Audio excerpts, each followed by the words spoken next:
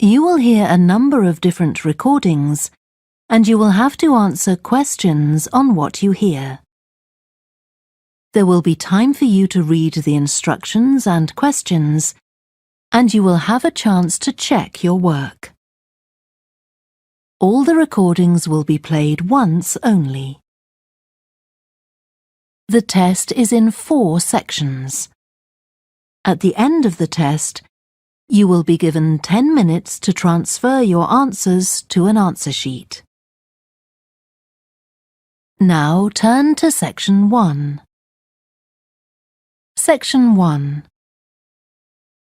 You will hear a telephone conversation between an official at a village hall and a woman who wants to hire a public room. First, you have some time to look at questions 1 to 6.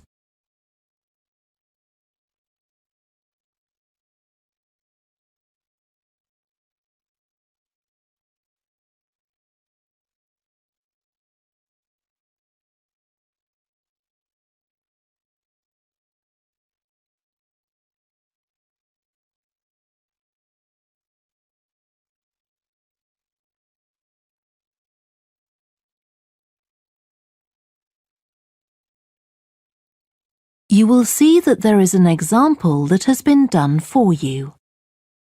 On this occasion only, the conversation relating to this will be played first. Hello? Oh, hello. I wanted to inquire about hiring a room in the village hall for the evening of September the 1st. Let me just see. Yes, we have both rooms available that evening. There's our main hall, that's got seating for 200 people, or there's the Charlton room. The main hall seats 200, so 200 has been written in the space. Now we shall begin. You should answer the questions as you listen, because you will not hear the recording a second time. Listen carefully and answer questions 1 to 6. Hello? Oh, hello. I wanted to inquire about hiring a room in the village hall for the evening of September the 1st. Let me just see. Yes, we have both rooms available that evening. There's our main hall, that's got seating for 200 people, or there's the Charlton room. Sorry? The Charlton room, CHARLTON.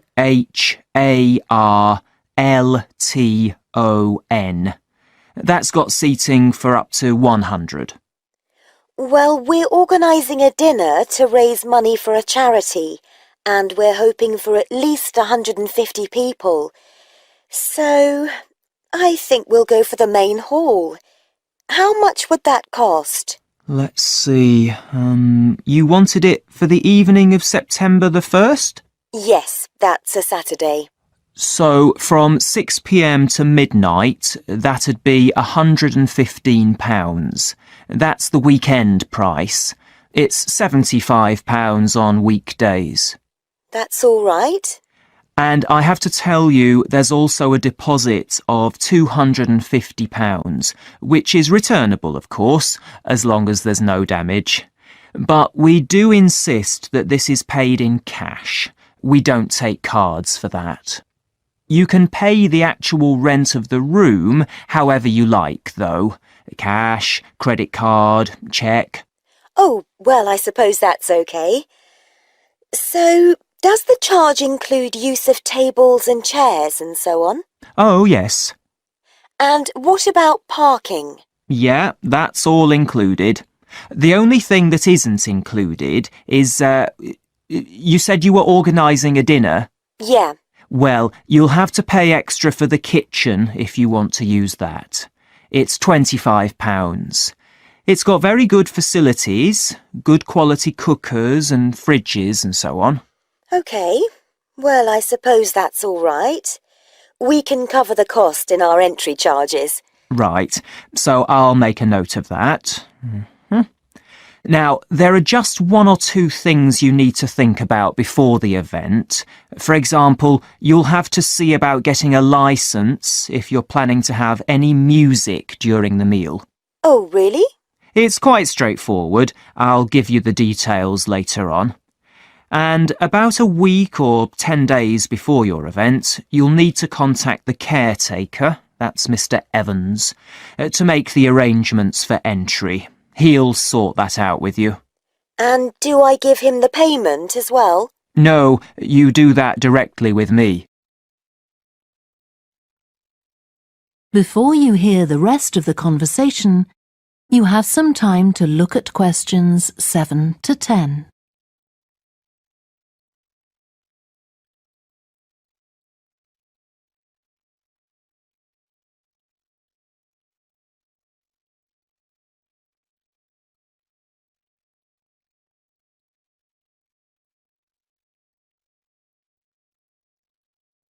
Now listen and answer questions 7 to 10. Right. Now, is there anything I need to know about what happens during the event? Well, as you'll be aware, of course, the building is no smoking throughout. Of course.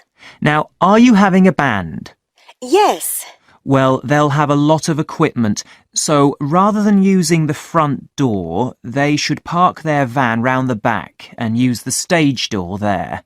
You can open that from inside, but don't forget to lock it at the end. OK. And talking of bands, I'm sure I don't need to tell you this, but you must make sure that no one fiddles about with the black box by the fire door. That's a system that cuts in when the volume reaches a certain level. It's a legal requirement. Sure. Anyway, we want people to be able to talk to one another, so we don't want anything too loud. Oh, that reminds me. We'll be having speeches. Are there any microphones available? Yep, just let the caretaker know. He'll get those for you. Right, now, when the event is over, we do ask that the premises are left in good condition.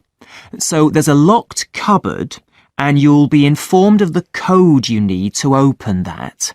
It's got all the cleaning equipment, brushes and detergent and so on. Right. So what do we need to do after everyone's gone? Sweep the floors, I suppose? Well, actually, they have to be washed, not just swept. Then you'll be provided with black plastic bags, so all the rubbish must be collected up and left outside the door. Of course. We'll make sure everything's left tidy. Oh, and I forgot to ask. I presume we can have decorations in the room? Yes, but you must take them down afterwards. Sure. And the chairs and tables should be stacked up neatly at the back of the room. I'll make sure I've got a few people to help me. That is the end of section 1. You now have half a minute to check your answers.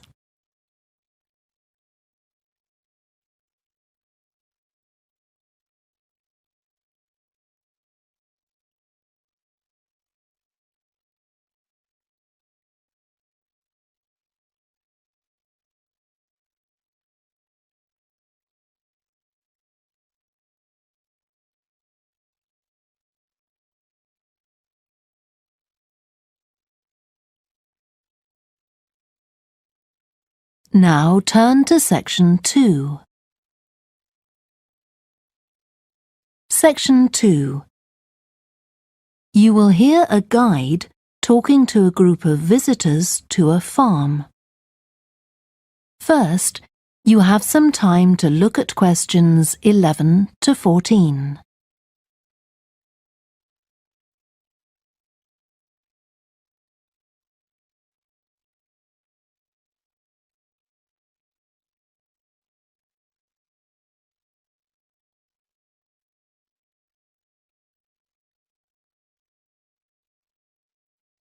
Listen carefully and answer questions 11 to 14.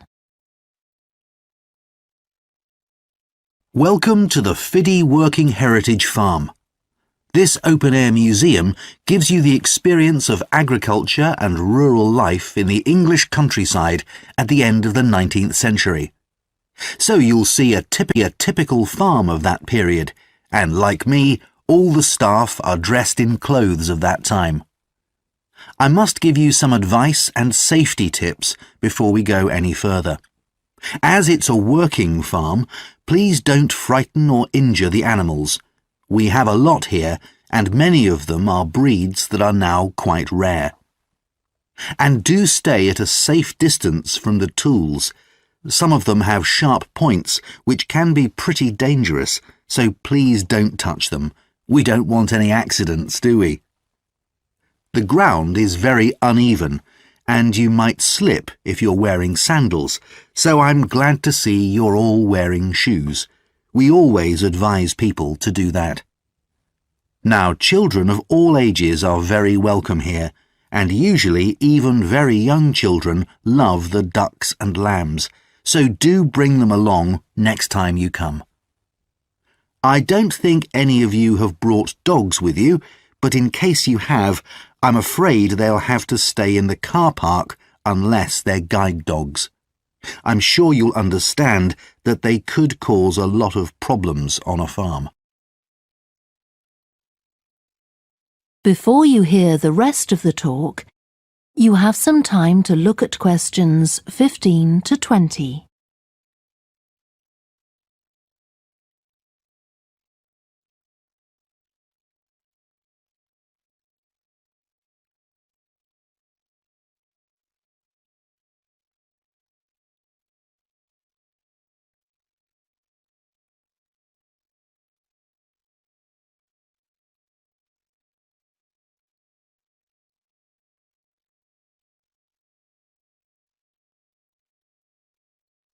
Now listen and answer questions 15 to 20.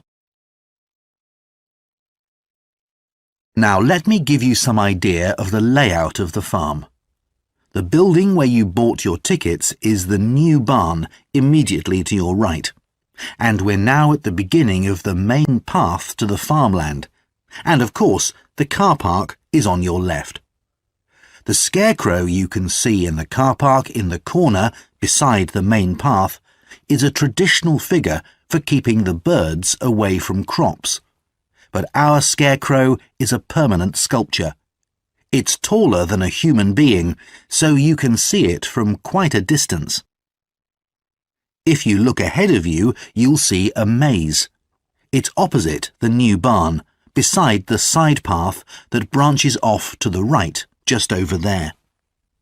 The maze is made out of hedges which are too tall for young children to see over them, but it's quite small, so you can't get lost in it. Now, can you see the bridge crossing the fish pool further up the main path? If you want to go to the cafe, go towards the bridge and turn right just before it. Walk along the side path and the cafe's on the first bend you come to. The building was originally the schoolhouse, and it's well over 100 years old. As you may know, we run skills workshops here, where you can learn traditional crafts like woodwork and basket making.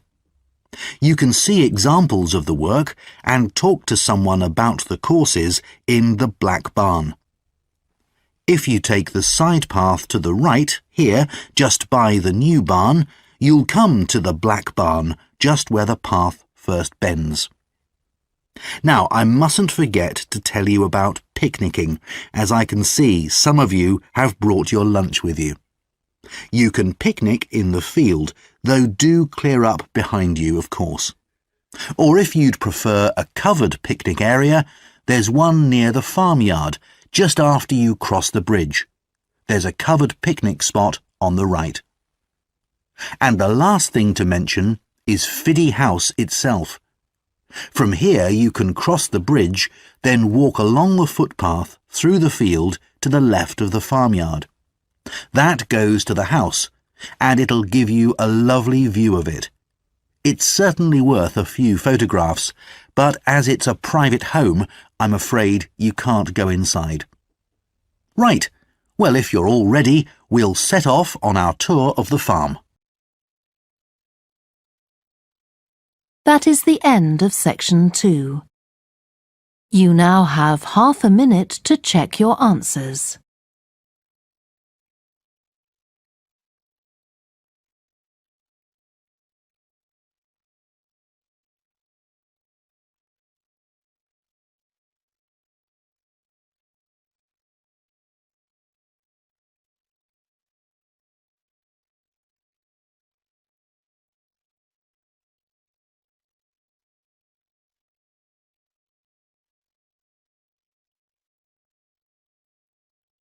Now turn to section 3.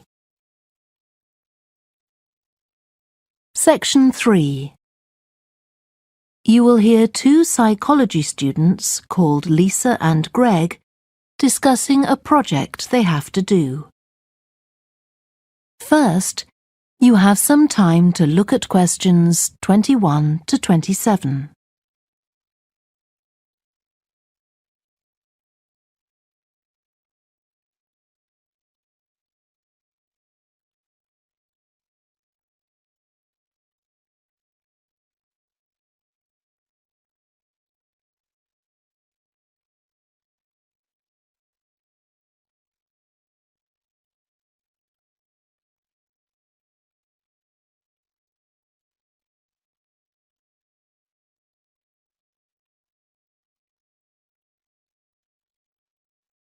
Now listen carefully and answer questions 21 to 27.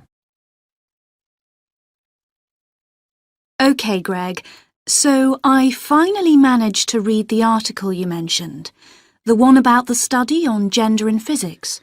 About the study of college students done by Akira Miyake and his team. Yeah, I was interested that the researchers were actually a mix of psychologists and physicists. That's an unusual combination. Yeah, I got a little confused at first about which students the study was based on. They weren't actually majoring in physics, they were majoring in what's known as the STEM disciplines. That's science, technology, engineering and math. Yes, but they were all doing physics courses as part of their studies. That's correct. So, as I understood it, Miyake and co. started from the fact that women are underrepresented in introductory physics courses at college, and also that, on average, the women who do enroll on these courses perform more poorly than the men. No one really knows why this is the case. Yeah, but what the researchers wanted to find out was basically what they could do about the relatively low level of the women's results. But in order to find a solution, they needed to find out more about the nature of the problem. Right. Now, let's see if I can remember. It was that in the physics class, the female students thought the male students all assumed that women weren't any good at physics. Was that it?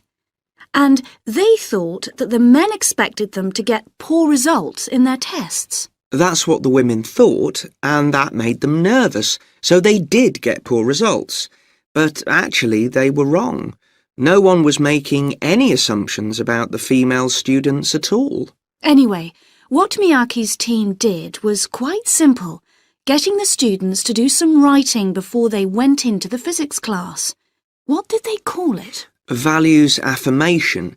They had to write an essay focusing on things that were significant to them, not particularly to do with the subject they were studying, but more general things like music or people who mattered to them. Right. So the idea of doing the writing is that this gets the students thinking in a positive way. And putting these thoughts into words can relax them and help them overcome the psychological factors that lead to poor performance. Yeah. But what the researchers in the study hadn't expected was that this one activity raised the women's physics grades from the C to the B range. A huge change. Pity it wasn't to an A, but still. No, but it does suggest that the women were seriously underperforming beforehand in comparison with the men. Yes. Mind you, Miyake's article left out a lot of details, like did the students do the writing just once or several times? And had they been told why they were doing the writing? That might have affected the results. You mean if they know the researchers thought it might help them to improve, then they just try to fulfill that expectation? Exactly. Before you hear the rest of the discussion, you have some time to look at questions 28 to 30.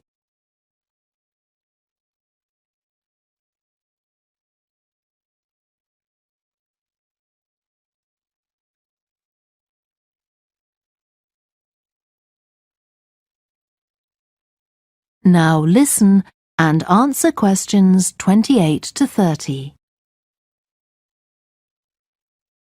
So anyway, I thought for our project we could do a similar study, but investigate whether it really was the writing activity that had that result. OK, so we could ask them to do a writing task about something completely different, something more factual, like a general knowledge topic. Maybe. Or we could have half the students doing a writing task and half doing something else, like an oral task. Or even half do the same writing task as in the original research and half do a factual writing task. Then we'd see if it really is the topic that made the difference or something else. That's it. Good. So, at our meeting with the supervisor on Monday, we can tell him we've decided on our project. We should have our aims ready by then. I suppose we need to read the original study. The article's just a summary.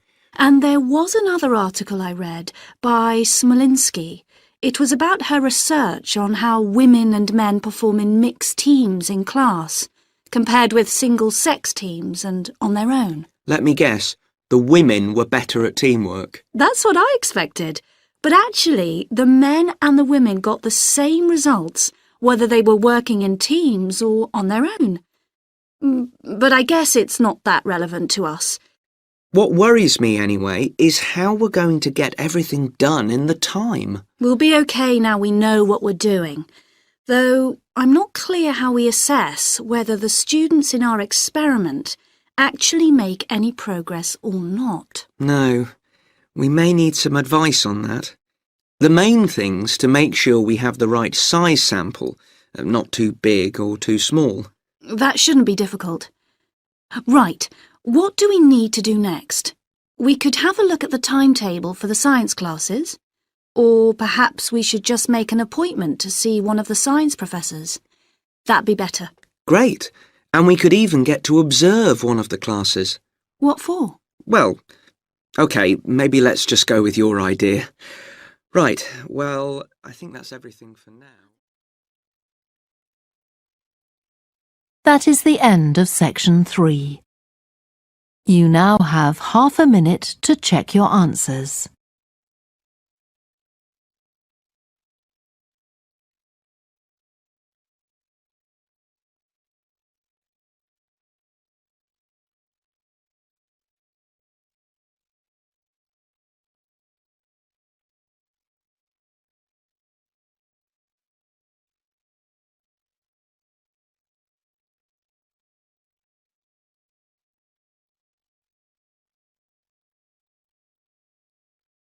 Now turn to section 4.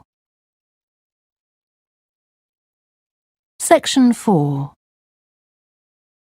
You will hear part of a student presentation about the variety of different species that live in the world's oceans.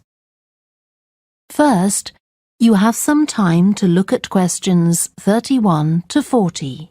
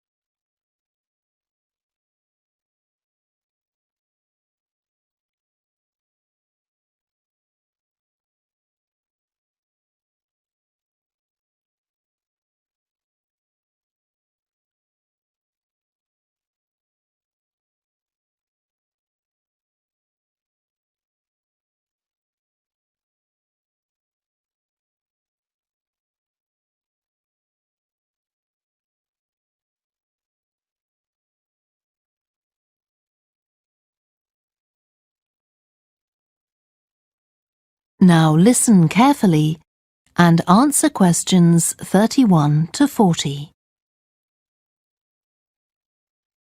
I've been looking at ocean biodiversity. That's the diversity of species that live in the world's oceans. About 20 years ago, biologists developed the idea of what they called biodiversity hotspots. These are the areas which have the greatest mixture of species. So one example is Madagascar. These hotspots are significant because they allow us to locate key areas for focusing efforts at conservation. Biologists can identify hotspots on land fairly easily, but until recently, very little was known about species distribution and diversity in the oceans, and no one even knew if hotspots existed there. Then a Canadian biologist called Boris Worm did some research in 2005 on data on ocean species that he got from the fishing industry. Worm located 5 hotspots for large ocean predators, like sharks, and looked at what they had in common. The main thing he'd expected to find was that they had very high concentrations of food, but to his surprise, that was only true for 4 of the hotspots. The remaining hotspot was quite badly off in that regard. But what he did find was that in all cases, the water at the surface of the ocean had relatively high temperatures, even when it was cool at greater depths. So this seemed to be a factor in supporting a diverse range of these large predators. However, this wasn't enough on its own, because he also found that the water needed to have enough oxygen in it. So these 2 factors seemed necessary to support the high metabolic rate of these large fish. A couple of years later, in 2007, a researcher called Lisa Balance, who was working in California, also started looking for ocean hotspots, but not for fish. What she was interested in was marine mammals, things like seals. And she found 3 places in the oceans which were hotspots, and what these had in common was that these hotspots were all located at boundaries between ocean currents. And this seems to be the sort of place that has lots of the plankton that some of these species feed on. So now people who want to protect the species that are endangered need to get as much information as possible. For example, there's an international project called the Census of Marine Life. They've been surveying oceans all over the world, including the Arctic. One thing they found there, which stunned other researchers, was that there were large numbers of species which live below the ice, sometimes under a layer up to 20 meters thick. Some of these species had never been seen before. They've even found species of octopus living in these conditions. And other scientists working on the same project but researching very different habitats on the ocean floor have found large numbers of species congregating around volcanoes, attracted to them by the warmth and nutrients there.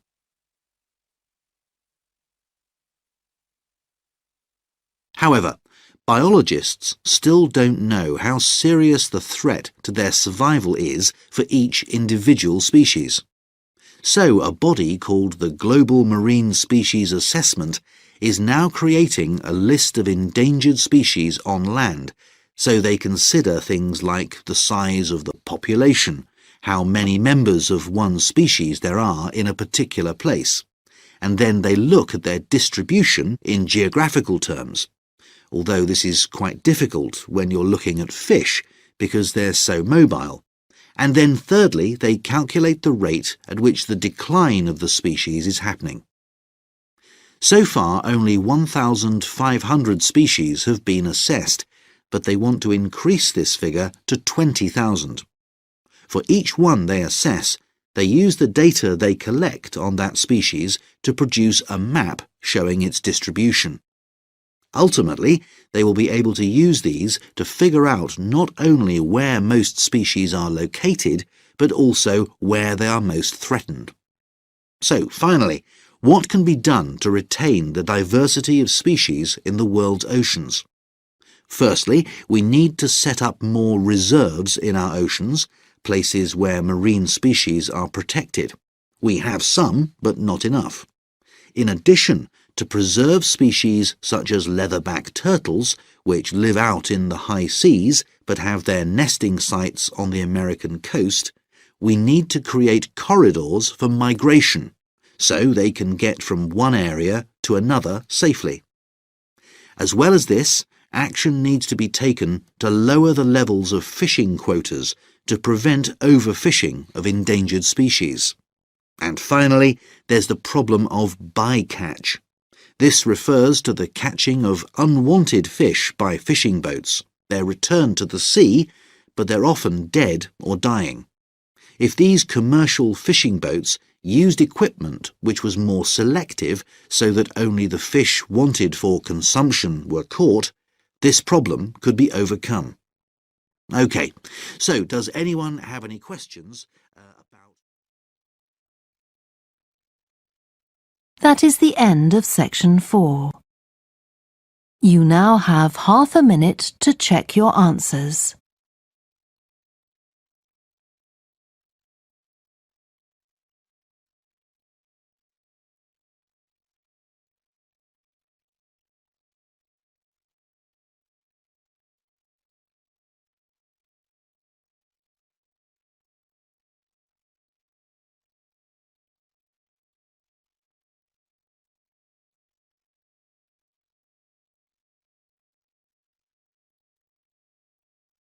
That is the end of the listening test.